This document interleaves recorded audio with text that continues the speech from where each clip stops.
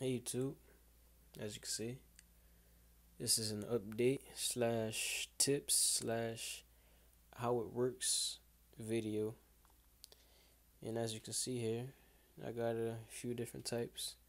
Well, not really. I got a few different types of radiators, you could say.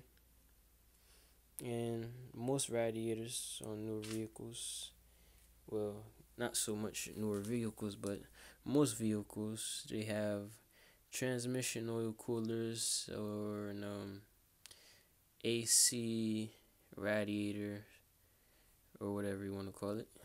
That's what I'm guessing. Like in this radiator right here came out of an Chrysler Concorde. It got bent up, a little accident. And as you can see here, this piece right here, aluminum piece, you can scrap. This was an oil cooler. So you got the fans, you got the radiator in front of the car, and as you go, wind blows and cools down the antifreeze or the water, whatever you got in your radiator.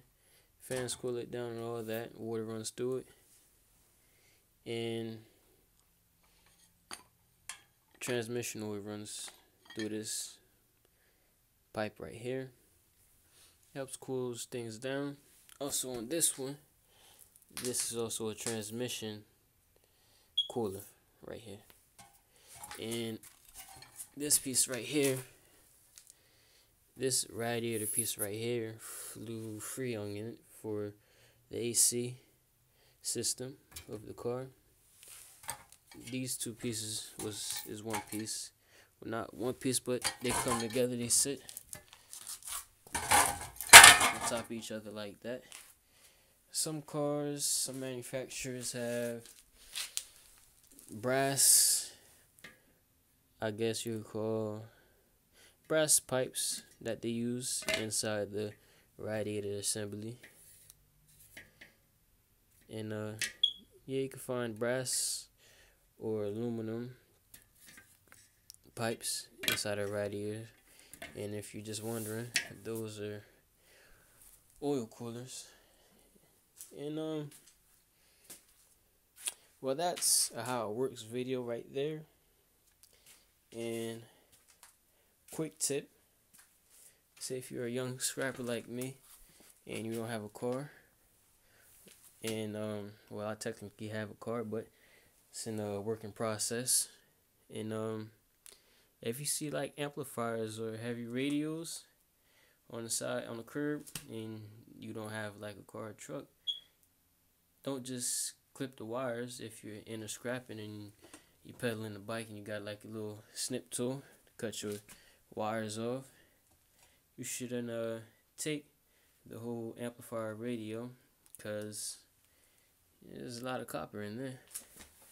This is about, I could say, 2 or 3 pounds of copper, and you times that by 3, and you get about like $9 right there. And just every little bit adds up. But yeah, that's a tip right there. An update is, as you can see, if you've been paying attention to my last few videos, you can see there's a lot less scrap because I turned mine in. Trent iron and metal. Made a pretty penny.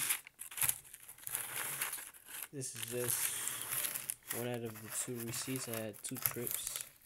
This receipt right here, probably can't read it that good, but that's 459 bucks. I had a lot of aluminum. Let's see, had about 20 or so pounds of aluminum, 107 pounds of cast aluminum. I had 6 pounds of irony aluminum, aluminum copper radiator clean. I had 11 pounds of those, 48 pounds of automotive batteries, 20 pounds of yellow brass, a catalytic converter. That's It wasn't £1, but they gave me $20 for it. 6 pounds of #1 copper. 36 pounds of #2 copper, and another 10 pounds of #2 copper. 103 pounds of electric motors. 24 pounds of insulated copper wire. And another 52 pounds of insulated copper wire. And I got paid pretty good. I can't say as a young scrapper you'll make a boatload of money, but once you get a car or truck or whatever, you could haul in a lot more scrap and whatnot, make a lot more money. But that's this ticket, and I have another ticket. Can't show you that one because don't know what that is. I say in total, I made scrapping alone. I made in about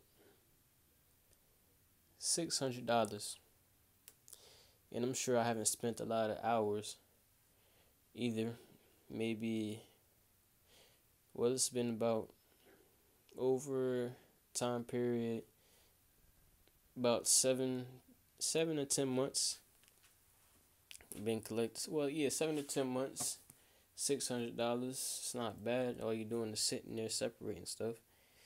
And I doubt that I spent more than 48 hours. So let's say around 48 hours, $600. Sprinkle a little Tupac on it. Easy being me.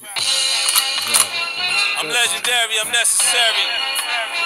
They call me Ferrari, they call me 50.